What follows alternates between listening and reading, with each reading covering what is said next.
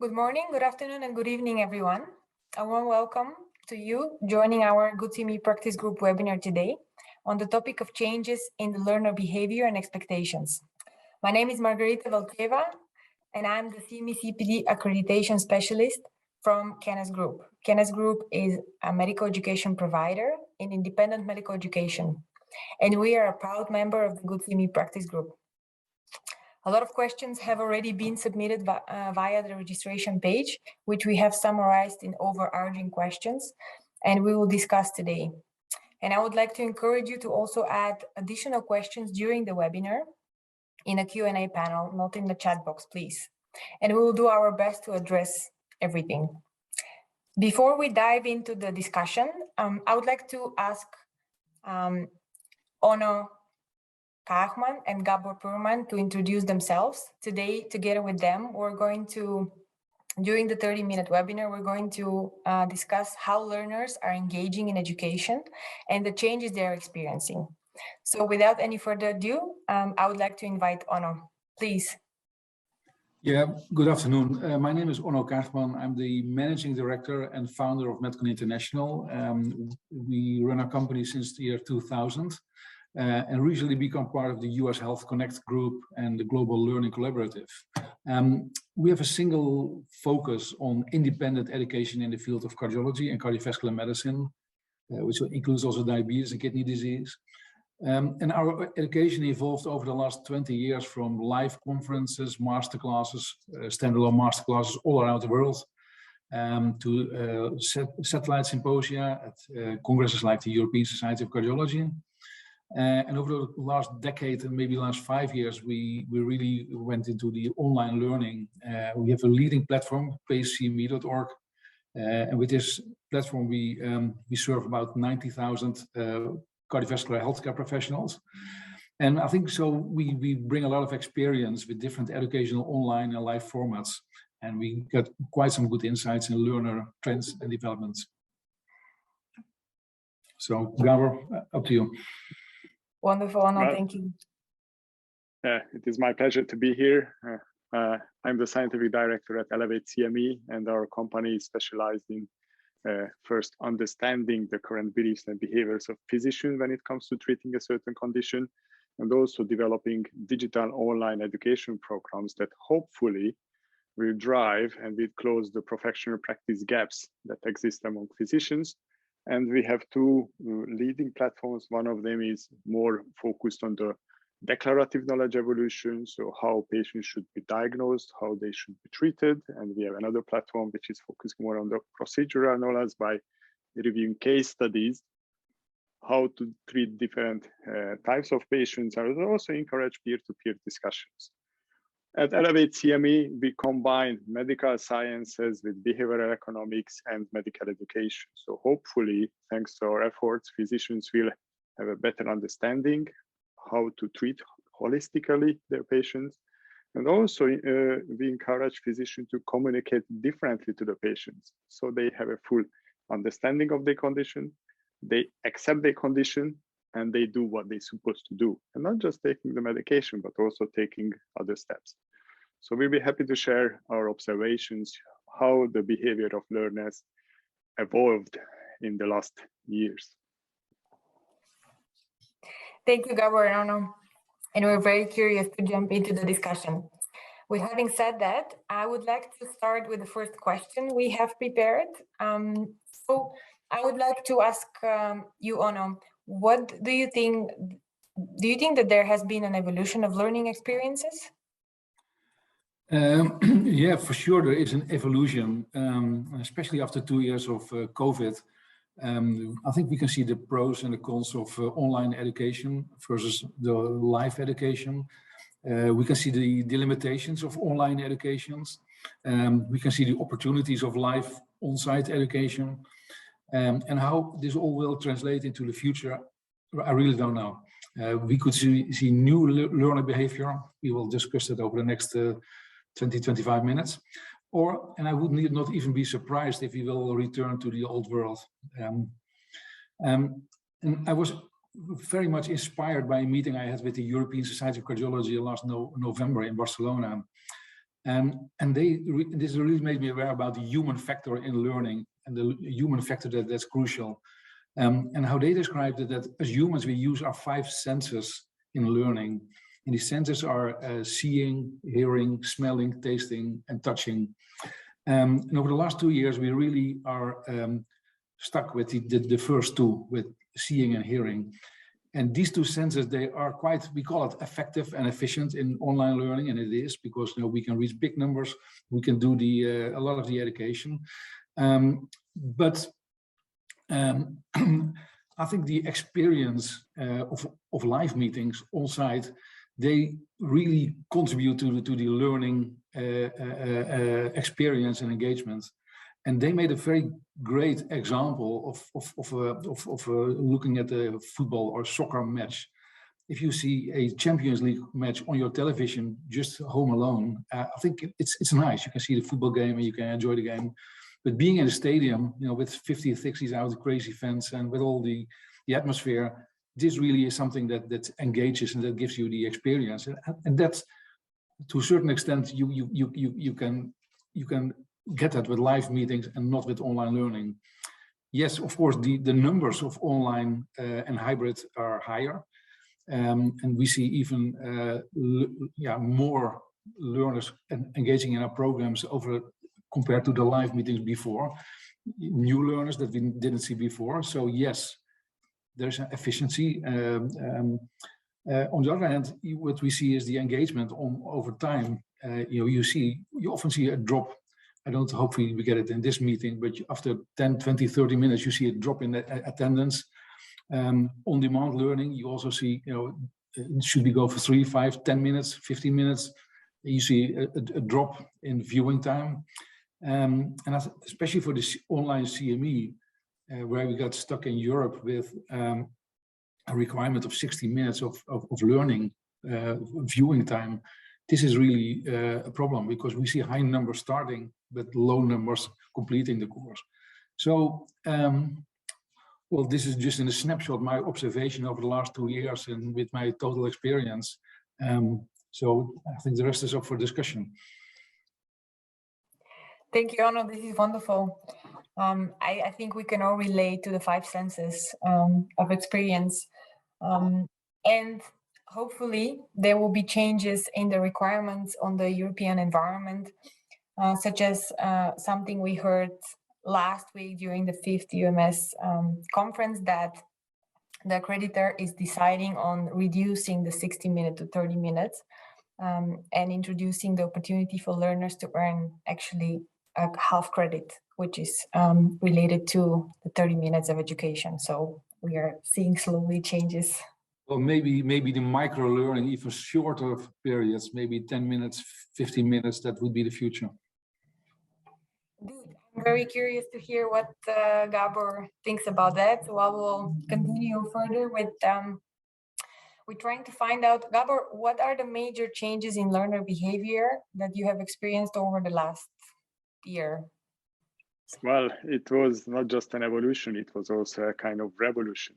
2 years ago, all face-to-face learning experiences were converted into digital format. Usually the same agenda, the same setup, just everything online.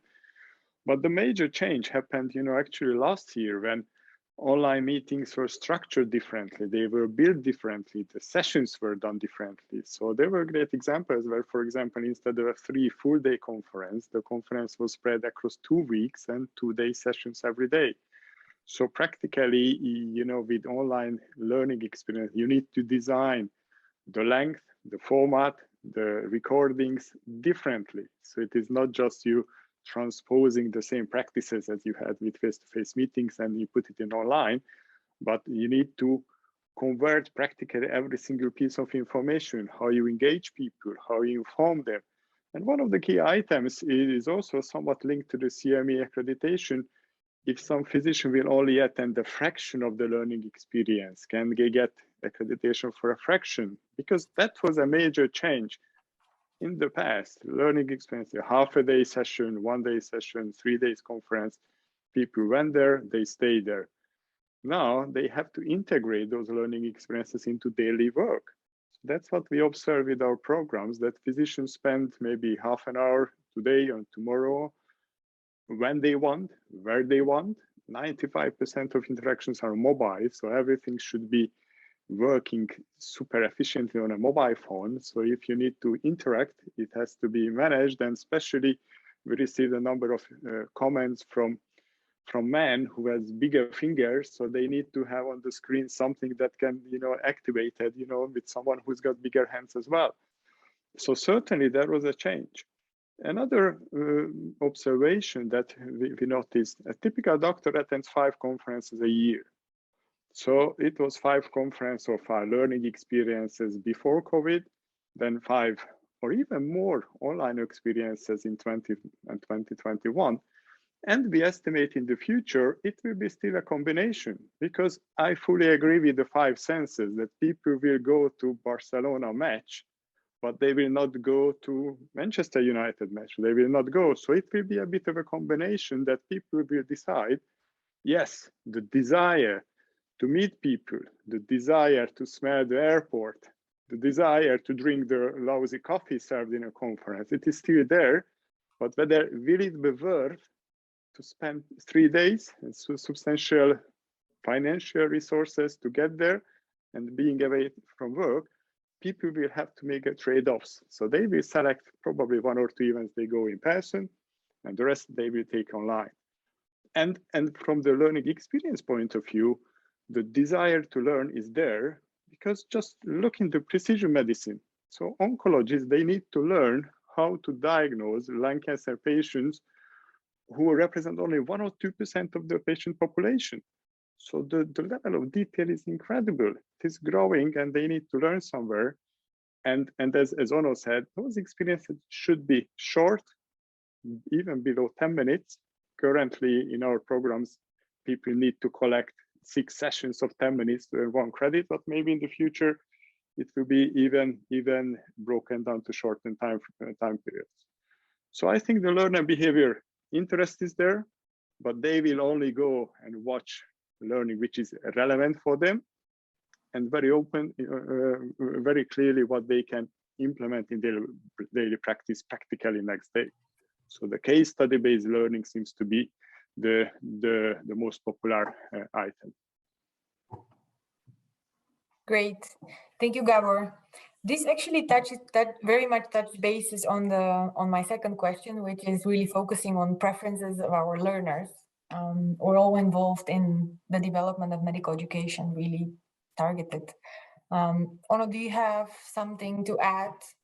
Yeah, absolutely. I fully agree with everything what Gabor said, and this makes it only more complex, because there are so many individual learning preferences that we may end up with a situation that we have to offer our learning in multiple ways. I don't think there is one learner that only wants to do live meeting, because you can't go everywhere everything, and so yeah, we may end up with offering our learning in multiple formats.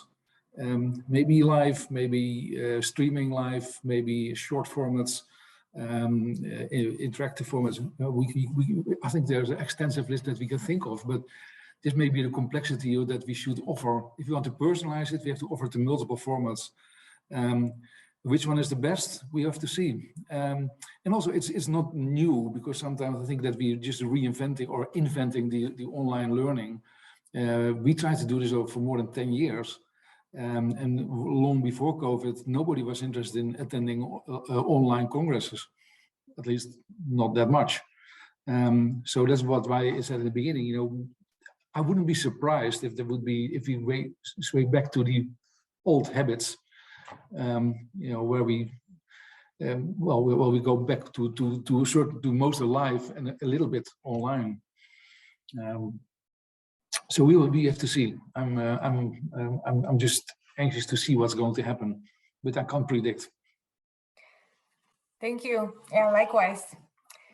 We are all looking forward to these new changes, where perhaps there will also be a combination of the 2 worlds, the best of the 2 worlds. So in that line of thoughts, I would like to really touch base on the questions that were submitted via through the registration page, and our attendees expressed a curiosity to know some of the items. So I will start with a question. So Fatima from Italy asked, so she's interested, how can you address any challenges to engage learners attending online activities from different parts of the world? So obviously that's a question we're all very much interested in. So Gabor, what would you say about that? Well, that's a super relevant question. And I just recently read a book produced by Robin about, what are the different reasons people go for CME courses. So I think this is very relevant. There can be individual reasons, there can be institutional reasons, there could be national reasons, why people are encouraged. And there is a big variety. So depending on the country, where people will join, either they are inspired by themselves that I want to treat patients, in a certain way, or they can be sent or delegated by the hospital director, or in some hospitals, they already have an education department to say, look, this is the way that the medical treatment is evolving. So we need 3, 4, 5 physicians who specialize in a certain area. And this is where some individuals should go and acquire this knowledge so they can bring it back. So there is a slightly different reasons why people turn up. The other thing is, with global education programs, it is difficult to capture the national specifics. The treatment algorithm, the guidelines are not always the same. Sometimes, medications have a slightly different labels. So people need to understand that some of the global programs, they are more focusing on what is the theoretical approach, what are the results from the clinical trials, what are the best practices to explain, because very often, even if physicians have the right knowledge about how to treat, but if they cannot convey the right message to the patients, and patients do not understand the condition, they do not comply with the treatment. So I think there is a much greater emphasis on communicating with patients, engaging with patients. So they do what they're supposed to do, they turn off phone controls, they take the lifestyle changes, because medication, they do miracles, but very often they are not the only solution. So with online activities, definitely include interactions. So in our programs, we ask a number of didactic questions in the program, and the questions have no right or wrong answer. So people have to pick what kind of diagnostic pathway they would do, what kind of medication they would do, and then they can review what other learners said. So 35% of previous learners who completed, they voted for diagnostic tool 1, for other for diagnostic tool 3. So it will encourage people that there is very often, there is not one single solution. And also at the end of the case study, the KOL, who was the author of the case study, would explain, this is what we did, and this is what we achieved. But of course, in different parts of the world, you might have a different approach. So it is rather inspiring people about treatment option instead of telling that there is only one solution, and in the learning program, this is what you need to learn, and we will test whether you can confirm this is the only solution. So this is the past. We would rather encourage people to absorb different approaches and combine medical science with communication tools, and also more and more using e-health tools, because the apps, the companion apps, the diagnostic apps, the diagnostic procedures are getting more and more focused, especially when it comes to the personalized medicine. So I think, Fatima, you're absolutely right. This is a valid question, but to define the right structure in the CME and also to ensure the applicability of the learning is not always 100%, I think that would provide some value to learners as well. Thank you, Gabor. Thank you. I think this explained a lot.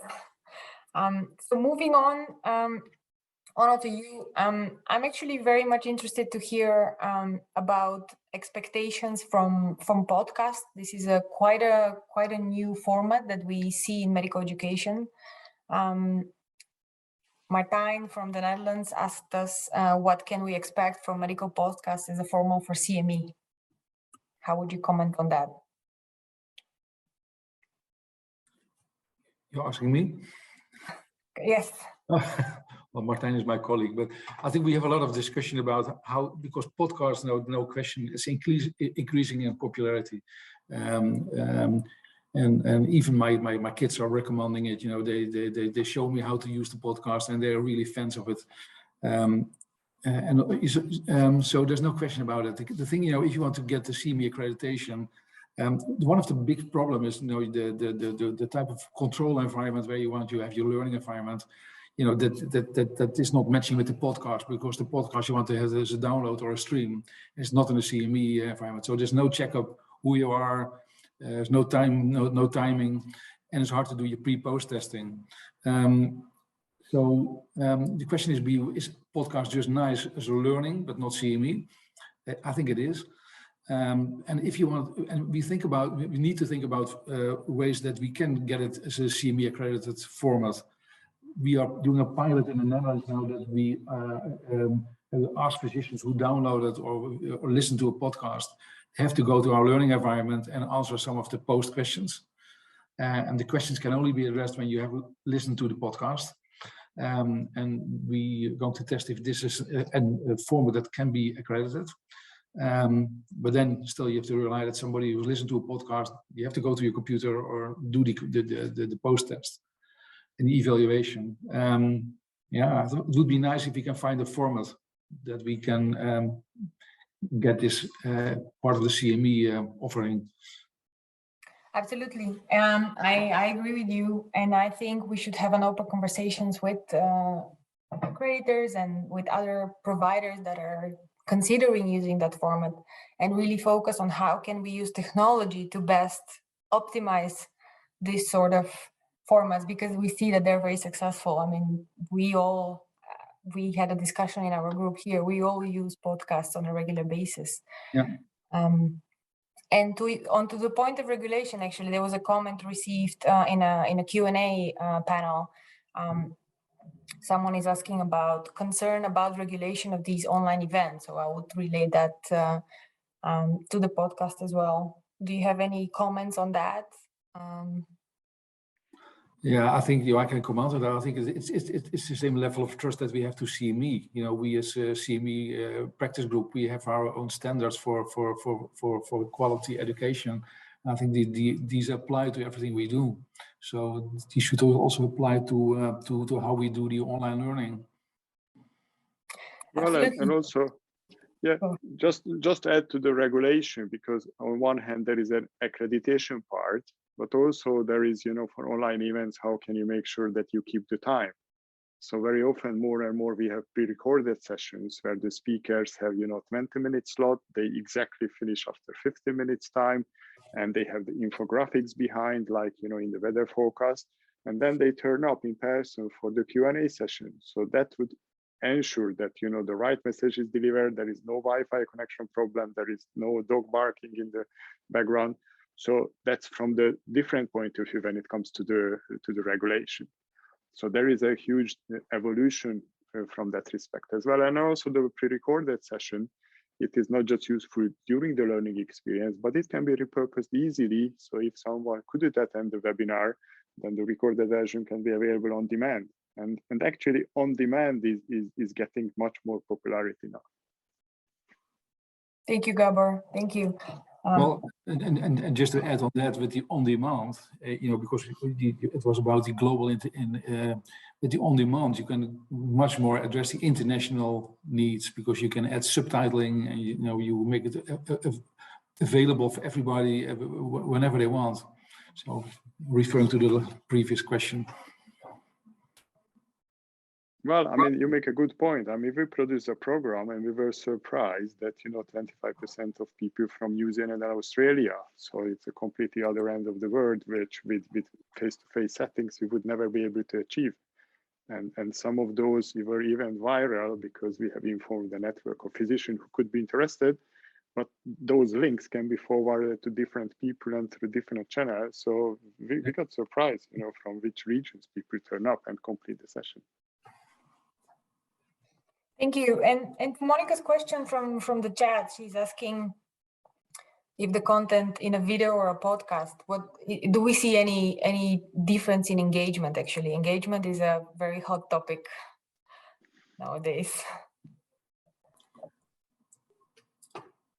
Well, I think it's hard to measure because you really, a podcast, you cannot really measure the engagement. At least, I don't know how, but maybe. We have not. Well, Onno, I would go back to your five senses, right? In video, you can hear, see, and sometimes even interact. In podcast, you eliminate the see.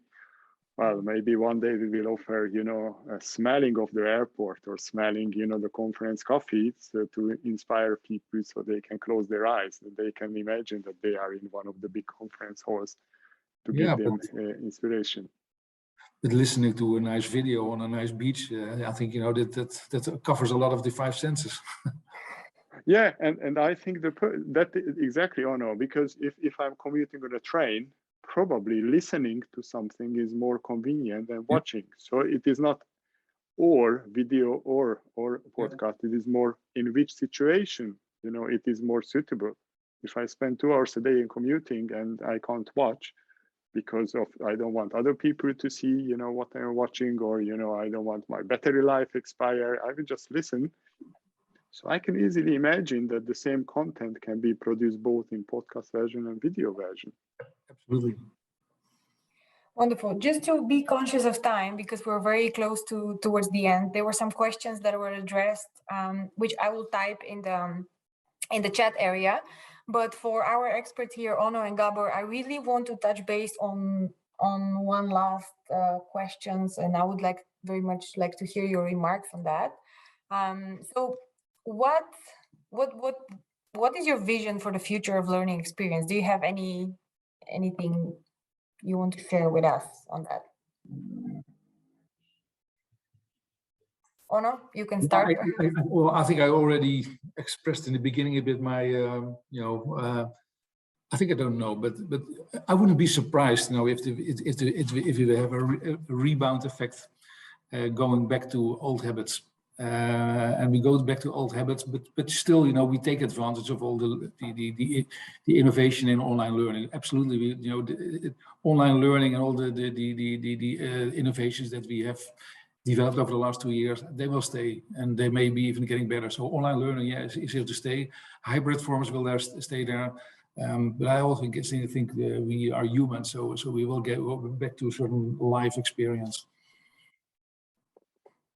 Well, I have Professor Snipes' magic wand. So if I have it and do the magic. So I think in the future, physicians will carry on learning. They need to learn. They want to learn. They will select, like the Barcelona, they will select a couple of learning experiences. They will take the pain and the cost and to go face to face. By the way, 41% of physicians attended conferences in the past through sponsorship from pharma. So there is also an important financial element, because also the conference organizers and the learning program organizers, they might change the financial structure, and instead of paying a full fee for 3 days, maybe they will depend on how long I stay on, depending on how many minutes I stay on. And so maybe the financial structure would be slightly different as well in the future. And short online learning sessions where people can start, and in case they need to rush, they can stop and they can continue, exactly as people do with streaming movies at home. That, for example, that feature would enable to watch and listen to a session in multiple sessions. And also maybe some of the algorithm can recommend that if you watch this session, maybe you would be interested on a different one. So instead of giving people 10 different modules to review and they select, maybe the algorithm can understand what the system thinks would be interesting, just to make sure that people have access to the relevant channel. And maybe there will be podcast, video, interactive programs, or the same learning content in different learning formats, because people might have different preferences. So in short sessions available on demand and relevant. Thank you, Gabor and Onno. These were very, very good insights. And thank you for summarizing this as a takeaway for us. I would like to thank everyone for attending and for submitting your questions. I hope we managed to cover all the topics. This is clearly a very area with high interest for all of us. Thanks again. We appreciate your attendance and we hope to see you again soon. Thank you. Bye-bye.